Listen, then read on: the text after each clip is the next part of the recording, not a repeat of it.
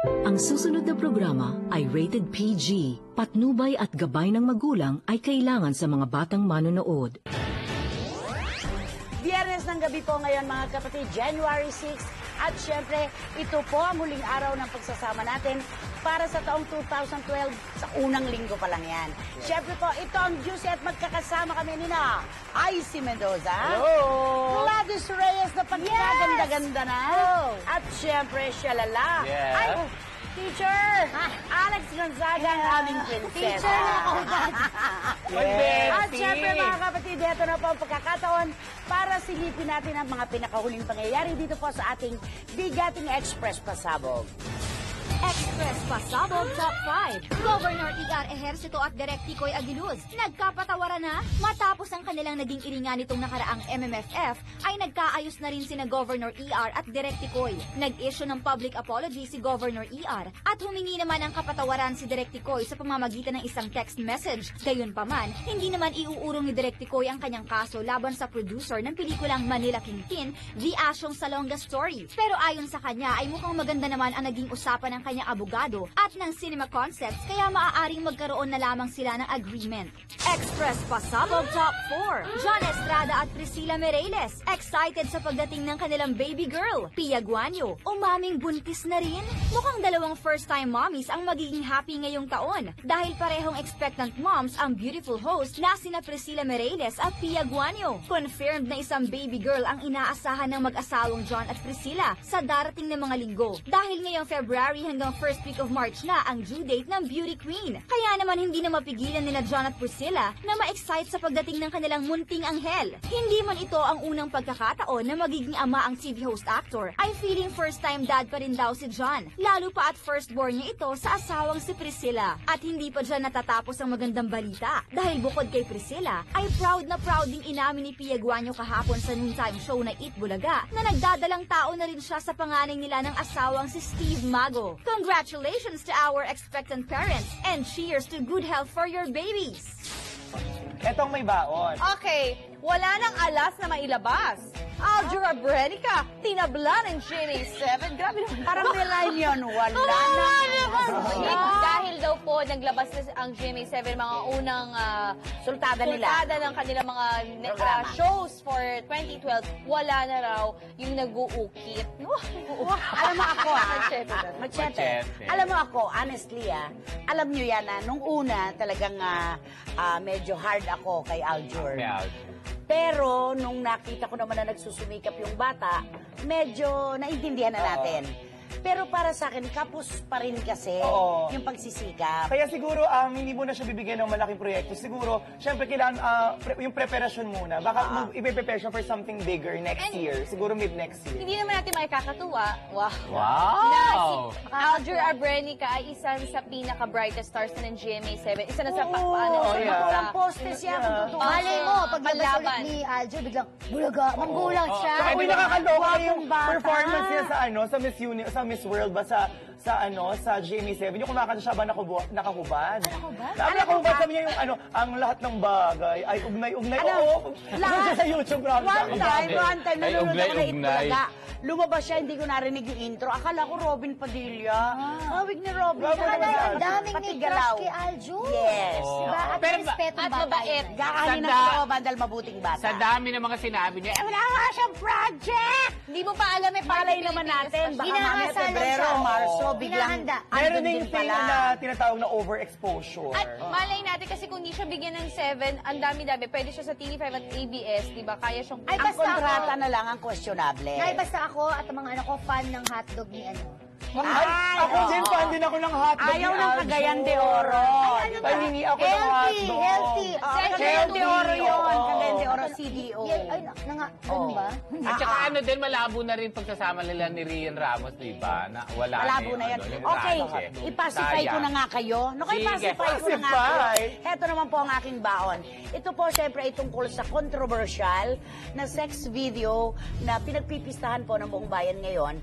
At ang mga bida nga dito sa video na ito ay si Janelle Manahan at ang isang namayapa na si Ramjen Revilla.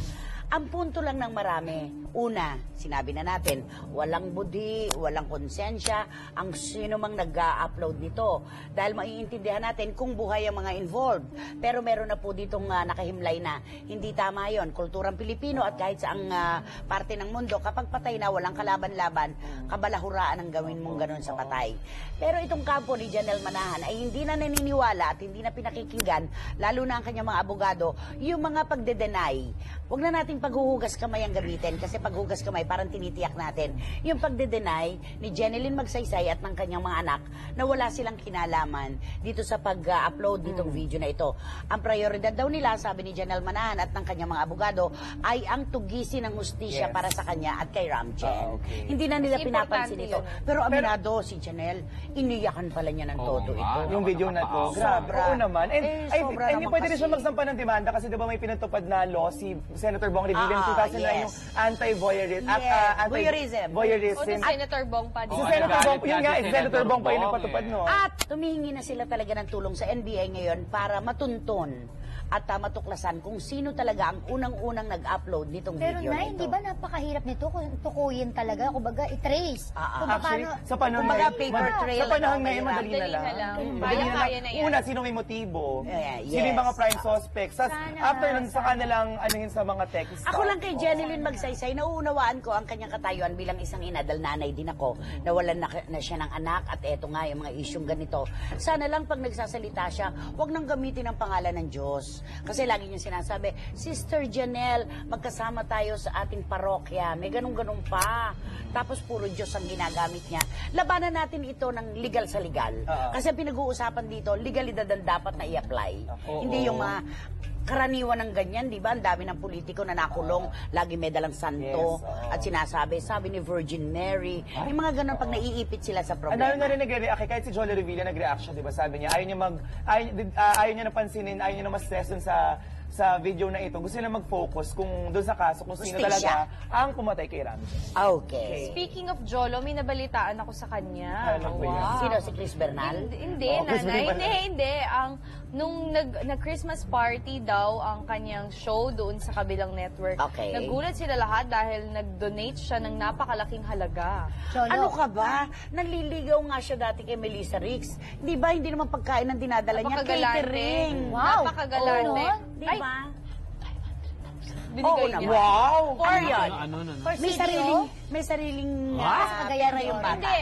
Para doon sa Christmas party nila. Sa doon Christmas show. party. Nabalita ako. Kaya, grabe naman pala sa galante. Ay, Lalo kunin sa nga Cagayan natin de dito Oro si at sa Jolo. Iligan. Oo. Si Senator Bong Revilla, 2 balik na doon sa pamimigay ng kanyang tulong. Oo. Nakakatuwa yung mga ganon. Okay. Pag wala pa si Direk next week, si Jolo na paupuin natin. Ay, ganun ba? Kasi pag- Para magbigay din siya ng materialistic ka rin 500,000. Malayo pa ang Pasko. Kunin Okay! Showbiz Speed! Okay, Showbiz Speed! Ito na naman. Carla, pahulaan pa kung i-renew ng GMA7. Sulat ni Miss Miss Ito si Carla Abellana. Carla Abellana. Miralles. Wait lang, bakit naman pala isipan? Miralles. And sabi niyo kasi Alger, isa sa mga big stars. Big star din naman si Carla. Oo nga eh. Siguro Ito naman hindi magaling. totoo ito. Diba before din naman sa Kapamilya Network, ang dami rin nilang nasabi na baka lumipat ng network kasi magugulat na lang tayo, eh nagre-renew na sila ng contract. So huwag na lang natin May mga pamunahin counter-offer, ang, diba? ang kapuso. Wow. Pero wait lang, gusto ko kamustahin kay Carla. Kamusta sila ni Mother Joff. Lily? Ah, And yung okay na issue sila, nila with okay Arnold na sila, Regadilla, okay na sila. Wala naman silang problema They're ni in good Mother terms. Lily. Okay, Ang with problema Arnold. niya ay with Governor ER. Yun yun. Dahil 2 nga yung pelikulang ginawa niya, Asyong Salonga at saka yung Yesterday, Today, Tomorrow. Hindi siya pinayagan ni Mother Lily na mag-promote at sumakay sa float ng Asyong Salonga. Hindi rin naman siya pinayagan na magpunta sa awards night. Oo. Di ba? At saka itong si Carla, alam ko may project sa GMA eh. Hindi naman siguro Naka-line up mawawala. eh. Oo, hindi mawawala. Isa si Carla Nabasa sa ko mga kasi prime na stars si nila. yung contract daw na pinakita ng management ni Carla kay GovER, iba yun sa kontrata dun sa Regal. Yung pwede siya gawa ng pelikula with Governor ER. Kaya doon Yun yung naipit si pagkakaintindi. Carla, di Doon naipit ba? si Carla. Oo. Ano, kumbaga, ako ewan ko sa inyo, maaaring sa inyo dahil kasi maganda si Carla, naka-aarte si Carla. Sa pananaw kasi naming mga press people, medyo hindi kagandahan ng taong 2011 sa pagitan ng mga press people at ni Carla Abellana, di ba? Yung nangyari Nagkaroon kay kay Kuya Tito Mario. Mario. Bautista. At sa iba pa. Ay, marami na iba pa. Yes, oo. At sa iba pa. Talaga? Sa iba pa. Sana Sana maayos. Gandahan pa niya ang PR niya. At binabati natin lahat ng mga press people na lagi nakapunta din sa Yes, news. of course. Ako yung Totoo Dindo, yan. Balare. And batiin natin ulit si Direk Wende Ramas. Direk Wen, at marami pa po kaming chika at kontrobersiya dahil... Ito ang huling hagupit ng chikahang nag-iinit. Todo ang hirit sa... Juicy!